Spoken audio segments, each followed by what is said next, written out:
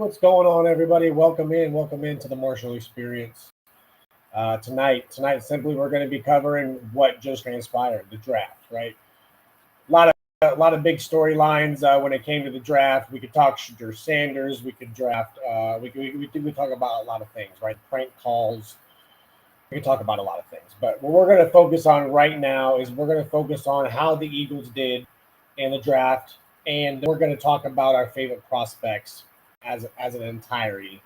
And we're going to go round by round. So stay tuned. It's basically going to be a draft filled episode, and we're just basically going to recap. So basically going to get right into it. Um, we'll touch on sponsors at the end, but um, right now the Eagles have gone defensive heavy over the past several years. Right, that's no secret. But it directly plays a larger part into their championship caliber roster. Since 2022, the Eagles have selected 12 of their 15 picks over the first four rounds were defensive selections. The Eagles went defense on the first five picks this draft. Okay, obviously Jaheim Campbell, Andrew Mabuka, defensive tackle Ty Robinson, quarterback Mac Williams, and then Shamel Mondon Jr., the linebacker from Georgia who played with Jalen Carter, Nakobe Dean, Nolan Smith in that championship defense that they had prior. This is only the second time that the Eagles have done this since the draft era started, which was 1967. Common draft era, I should say. But as a result of doing all this, well, Philadelphia's defense, as you did last year, is young, talented, and quite critically inexpensive. Those three things bode very well when it comes to building a championship team. So consider the total cash value on defense in 2025 is $75 million as an entirety. Okay, that is 40% less than the league average. That is per roster management. It's an online website. You can go look it up. Per roster management, that is 40% less than the league average. That's Howie. Cash spending on projected starters is really where the numbers begin to pop. Okay. Linebacker Zach Bond, fresh off a 3-year deal, ludicrous 3-year deal at that, is set to earn $17 million. The combined cash value of the other 10 forecasted starters lands short of that at $16 million. That's insanity. But that's what happens when your unit is made up almost entirely of players on their rookie contracts. I mean, you still got Jalen Carter. You still got Nolan Smith. Now that probably ends in the next next year. But you have Quinyon Mitchell, Cooper DeJean. You have players still on their rookie contracts. They're not expensive yet. Okay. The average age of that starting group is 24. 24 years of age as the average age on the Eagles defense. The only two players north of 25 years old is Bond, 28, and Reed Blankenship at 26. That's young. That's talented, and that's young. This design offsets an offense that is full of weapons, right? That's no. We didn't need to focus on the offense. You got Jalen, Saquon, AJ, Devontae. You got all the offensive line. You got everybody locked in until 2030. We didn't need to focus on offense. Our offense is fine.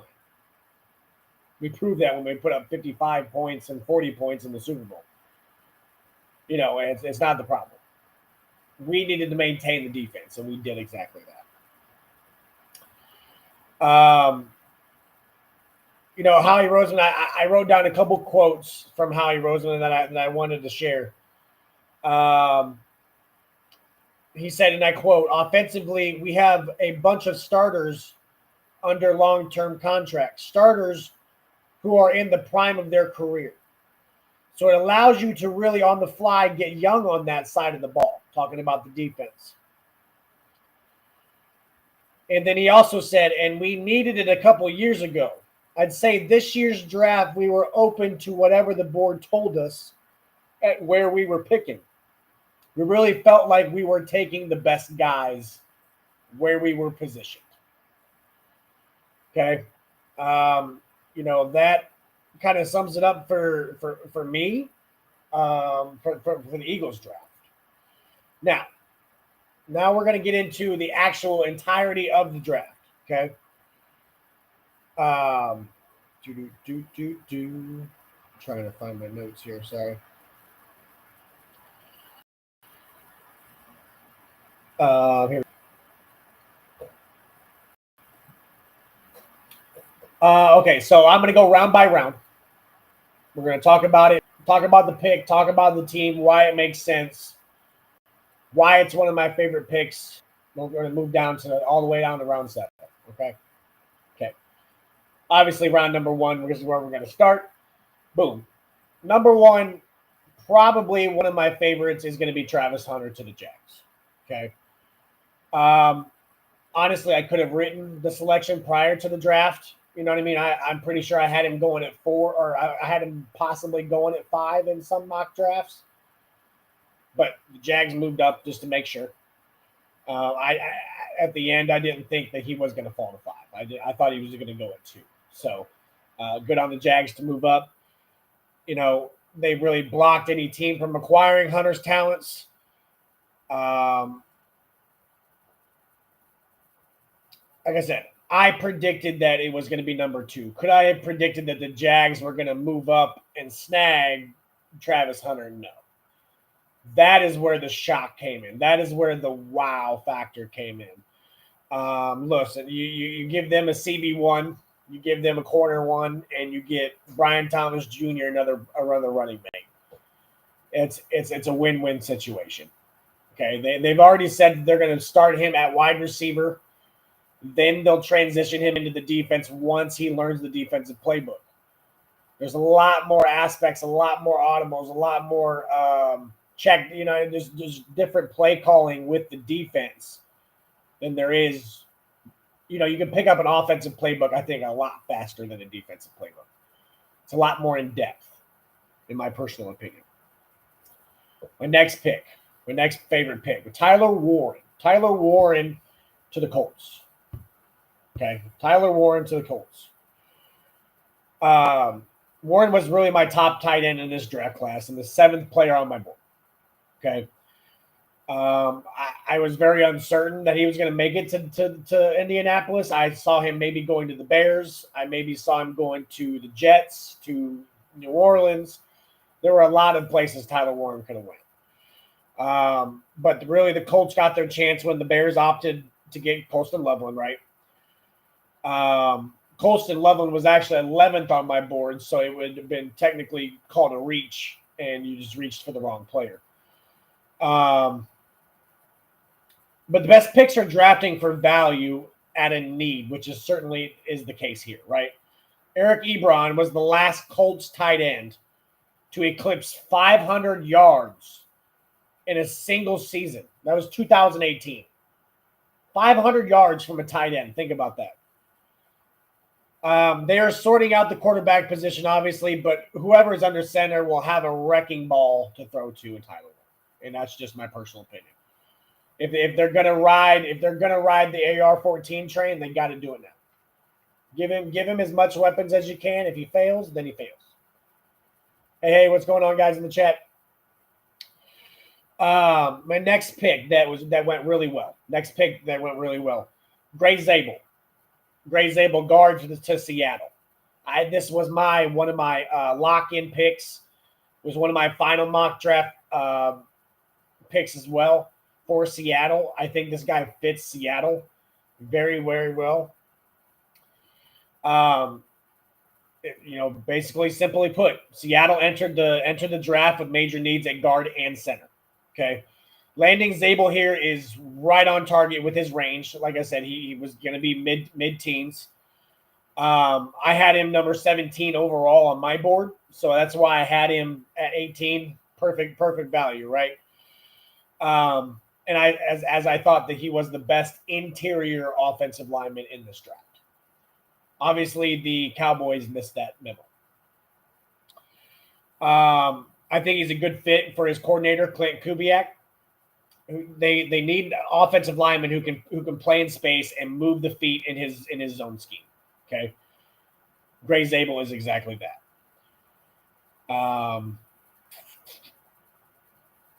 Next one is going to be Donovan Jackson. Donovan Jackson to the Minnesota Vikings at 24. I just like the fact that they are investing in protecting J.J. McCarthy. J.J. McCarthy seems to be the guy right now. So why not invest?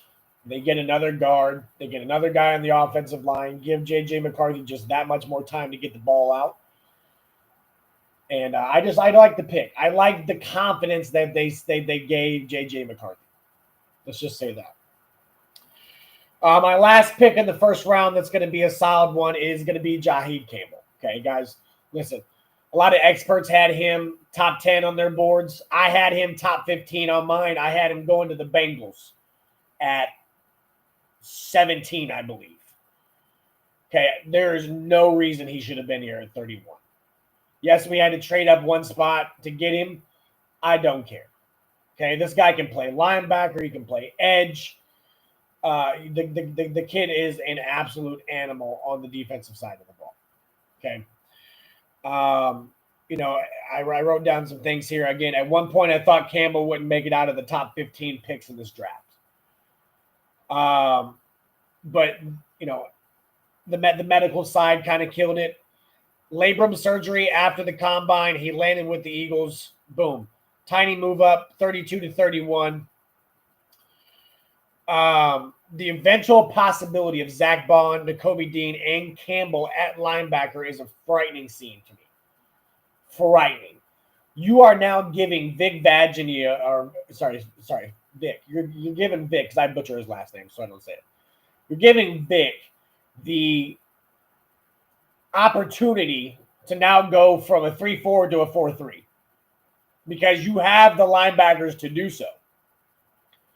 Campbell is the perfect linebacker for that because not only can he drop back, but he can rush the passer and excel at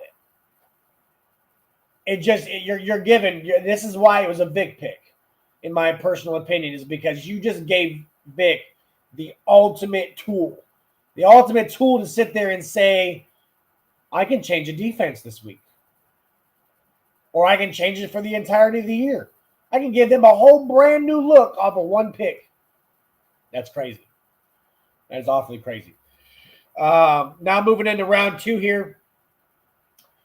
I'm going to butcher this name too. The Jonah Sanavea, the guard from Arizona. Okay.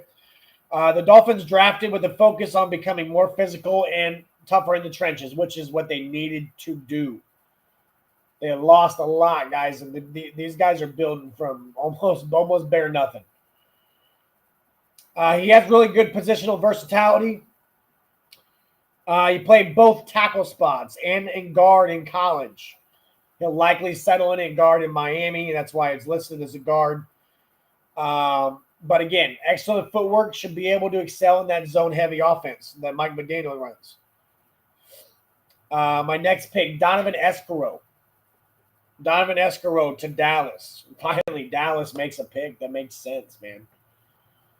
I was belated for him. It makes sense. We thought Micah Parsons needs a little help. I honestly thought there was a chance that Escaro could sneak into the first round. I had him going to Tampa Bay in some mock drafts. For him to be there at 44 is valuable, right? Second in the FBS in sacks, 16.5. First in pressures is 65. I think he needs to add a little bit more power to be a better run stopper. Excuse me. To be able to stop the run better. But I think that he will be able to add to their pass rush for sure. Speaking of value, I like this value right here. Will Johnson, corner to Arizona. Okay, again, this guy was another top 20 conversation guy. But due to medical reasons, he kind of took a fall back. I think Arizona, they really need corner help, and I think they took a stab at a possible really good steal here. He had a knee issue that gave teams pauses. I think it was a worthwhile gamble, though. He has size, recognition traits, and ball skills.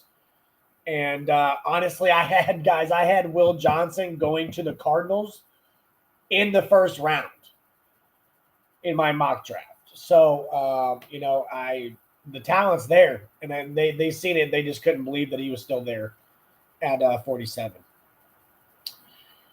Another guy here in the second round, Tate Rutledge. Okay, Tate Rutledge at I can't remember where he went to school, guard. He got drafted to the Detroit Lions, okay? If anybody screams Dan Campbell, if anybody screams the Detroit Lions, it's Tate Rutledge. Okay, extremely tough, dependable, true competitor. And I didn't know this was a thing. I had to look this up. There's such a thing called tightrope surgery. But he had that last September. He had that. And then last September, returned back to Georgia's lineup. And then really in the regular season finale against Texas, looked really good. I mean, it didn't look like he lost a step at all. So, my last one for the second round, and I really, really do like this one. I wish the Eagles would have traded up because I really do. I value this guy. I think he's going to be a stud, especially in Las Vegas. 58, they take Jack Beck, wide receiver out of TCU. This is the guy that his brother had passed. He really has something to fight for, guys, and really something to play for. These guys grew up Bird fans, and, to his brother, rest in peace. And this guy really has that motivation to just keep climbing. And I think the Raiders got a real winner there. And I think that he has a chance to compete for starting duties. Absolutely. You got Jacoby Myers, Brock Bowers, but, they didn't go wide receiver in the first. I think that Jack Beck could really be the wide receiver too here. Third round, I'm going to go Jalen Noel from wide receiver, went to the Texans. I like that they picked both him and Jaden Higgins to go to the Texans because of the injury to Tank Dell. Stephon Diggs leaves. You can't leave Nico on an island. You just can't. And I think it was a really good draft class from the Texans. I think that Noel is a little bit more exciting. He had 4 touchdowns, 50-plus yards in 2023. I think that Noel has a legitimate shot to take over as day one starter. I do. Watch out for Jalen Noel. Jalen Noel is going to be a stud. Another one that I liked in the third round, boom, 96 to the Atlanta Falcons, Xavier Watts. This is a guy that we were kind of screaming for as Eagle fans in really the second round. This guy is going to be, he had a FBS leading 13 interceptions over the last 2 seasons. He just has, I wrote this down because I can't describe it any better, but as a Notre Dame fan, he just has a right place at the right time type of feel. Exceptional vision of the entire field. Defensive backfield, he limits explosiveness. He does. Watts was number 53 on my board, and they got him at 96. So I thought it was pretty valuable. Boom. We're going to go moving into round 4. Cam Scatterbo. Cam Scatterbo, running back for the Giants. Okay.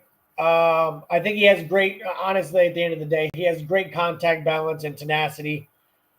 He did become the first FBS player since CMC to register 1,500 yards rushing and 500 yards receiving in the same season. Guys, he's not going to be a starter. Tyrone Tracy is going to be the starter. Cam is going to be a great wide running back too. He just is. He's going to come in there. He's going to be the third down back, catch the screens, go off, get an occasional inside zone. He'll be fine. Draftable in fantasy. Draftable. Another one I liked here is going to be Joshua Farmer, defensive tackle to New England at 137. I said Farmer showed up only in flashes during his final season at Florida State. But those plays were strong enough to land him a 3rd-round grade on my final board. Strong explosive rush skills. He just needs to be more consistent player. You know, Mike Vrabel did lean on a defensive line rotation in Tennessee. So, you know, maybe that's one of these Milton Williams, Joshua Farmer. Like, he's building this line, guys. He really is. 5th round. Mac McWilliams, CB for the Eagles, 145. Okay, so the Eagles focused on cornerback early in the draft last year, Quinyon Mitchell, Cooper DeJean. But they needed to they had to replenish the depth with Darius Slay leaving, Maddox. You know, I think he profiles as more of a slot corner, given his size. But I love the explosiveness at which he plays.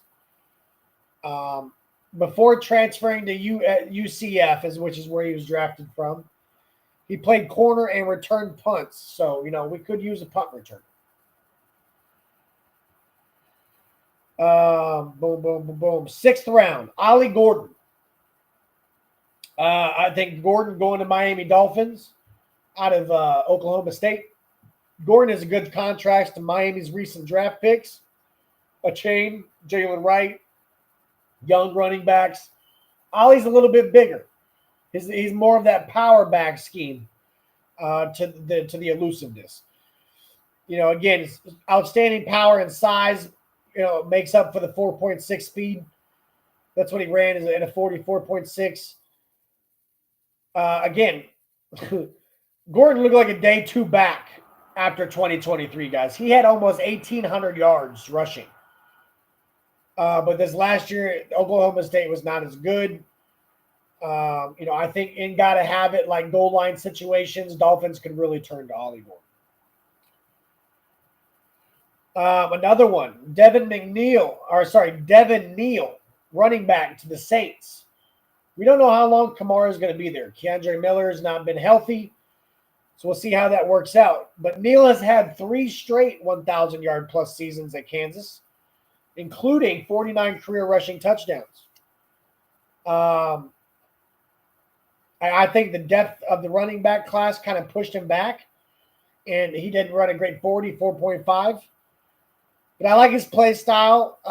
He has great feet and lateral quickness, but they need running back depth. They just do. So it was a great pick by them. We're going to go to the 7th round, and I'm going to talk about one player and one player only. And I'm trying to find the information here, guys. Boom. In 52 games, Antoine Powell Ryland. Let me tell you about a cat that Howie just got. Woo! In 52 games, 117 tackles. 41 tackles for loss. 30 sacks in 52 games. And 9 forced fumbles. We got him in the 7th. That is crazy. That is crazy right there. You know, I think that It's just another one of those Jalix Hunts. It's another one of those, Moro Ajomo. It's just one of those gems that you find at the end. He's going to come out and he's going to play. I think he's going to be a great pass rusher. He's got to work on his run defense there for a little bit, but we'll get him right. Vic will get him right. It will be good. I did add in here, however, I did add in my favorite undrafted free agent signing, and that is Xavier Respiro, wide receiver for the Miami Canes. He went to the Titans, guys, and that why this makes sense is because, well, he just rejoined his college quarterback, his Heisman-winning college quarterback. I had him undrafted because of his 40 time. I was caught a lot of hate for that. Jerry Rice ran this 40 and Randy Moss didn't run a great 40 and this and that. That's all I kept hearing. Well, I was right. He went undrafted. But again, it's the simple fact that he's reuniting with his college quarterback. Ward and helped him become the Miami's all-time leading wide receiver in receptions and yards this past season. The chemistry is there, guys. He doesn't have to be a wide receiver, too. He's not going to be. But he can be a little slot guy. He can come in on special packages, be a wide receiver for a guy that knows how he's going to run a route. It's big stuff, guys. But, hey, I appreciate everybody tuning in. If you love the experience, man, go give us a follow on all the platforms, Facebook, TikTok, YouTube. We're also on Twitch. Okay, go give us a follow. And we are powered by Sports Lounge Media. We are sponsored by the Mogul brand. And we appreciate our sponsors. Guys, big stuff going on at Sports Lounge Media, guys. You guys got to go check them out on YouTube, TikTok, Facebook, you name it. Sports Lounge Media is there to help. We do all sports, and we're here to support. So, I appreciate everybody that tuned in, and it was a great stream. And we'll see you next week.